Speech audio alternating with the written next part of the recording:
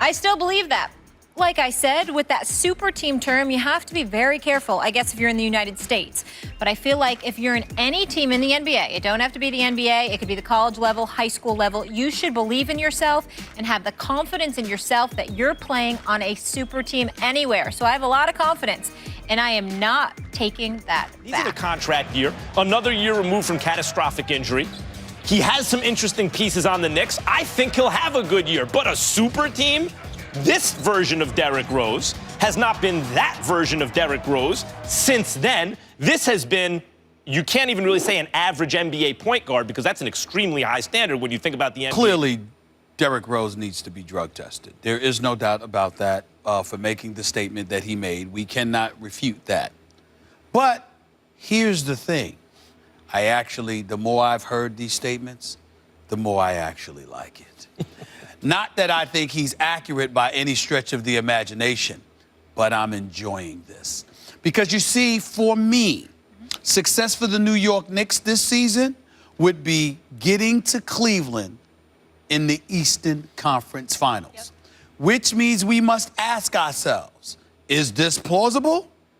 I'm here to say yes. I hope you said plausible. Rose, and they usually say that once you go through an injury, it takes you that year just to make it through. There were many times I watched Derrick Rose play last year, and I felt I was just watching a guy that was just happy to be healthy, to get through game to game and not go down. Eastern Conference, because of the vulnerabilities of everyone else outside of Cleveland, that makes it plausible for the Knicks to be in the mix if Melo steps up and is like, let me remind y'all of who the hell I am. Yeah, I think Porzingis would have to take a quantum leap forward in his second season for them to even be anything like contenders. But I agree, Derrick Rose is a big upside play. Remember, the Knicks have 3 scorers because Derrick Rose can't put the ball in a hole and Porzingis and no can't bench. put the ball in a hole. And no bench. All right, we got to leave it.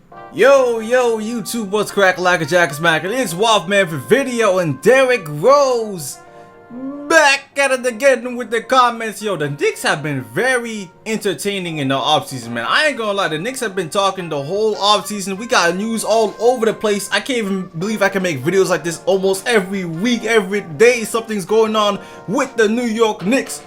But Derrick Rose is basically reinforcing his statement saying the Knicks are a super team. In his opinion, he believes that if you play on any team, it's a super team. Now, obviously, that doesn't make any sense. And like Stephen A. Smith said, maybe Derrick Rose doesn't need to be drug tested. But here's the interesting thing that Derrick Rose also said that wasn't in this first take video. Derrick Rose said that the Knicks have a chance to win every single game. He doesn't think the Knicks could go 82-0. He just said the Knicks have a chance to win every single game. So that basically means that Derrick Rose thinks the New York Knicks can compete with any team in the NBA, including the Cavaliers, including the Golden State Warriors, including what other team is there? What are the big name teams? Including the San Antonio Spurs, the Los Angeles Clippers. Now, a lot of those teams are in the Western Conference, so we don't gotta worry about those teams in the Eastern Conference, which makes it more realistic to say that the Knicks might have a chance as everything goes into place. You know what they say about the domino effect?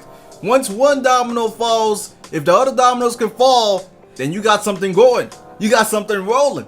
I mean, if Carmelo can play good, Porzingis takes... By the way, Porzingis does not have to take a quantum leap. Porzingis last year was balling, boy. Only in 28 minutes per game. He's working out in the offseason. He had a skinny frame last season, but he's building some more leg strength. So he's going to be definitely better this season, in my opinion, especially with that new Jeff Hornacek system. I think he's definitely going to be better, especially with the additions of, you know, players like Joakim Noah and Courtney Lee around him.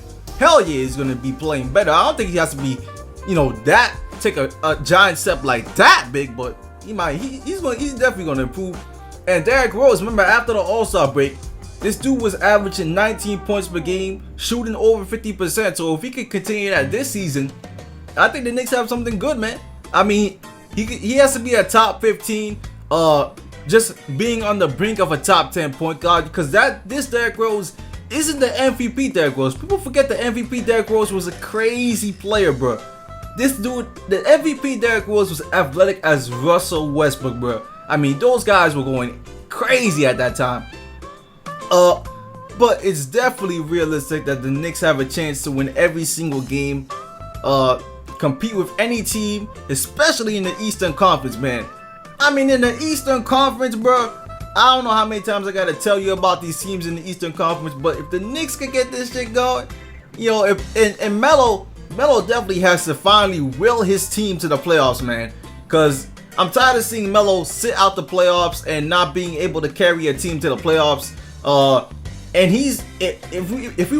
if Melo wants respect, he's gonna have to take this team to the playoffs, at least get to the second round, bro. But anyways, this Knicks team is going to be very entertaining, man. It's going to be very interesting.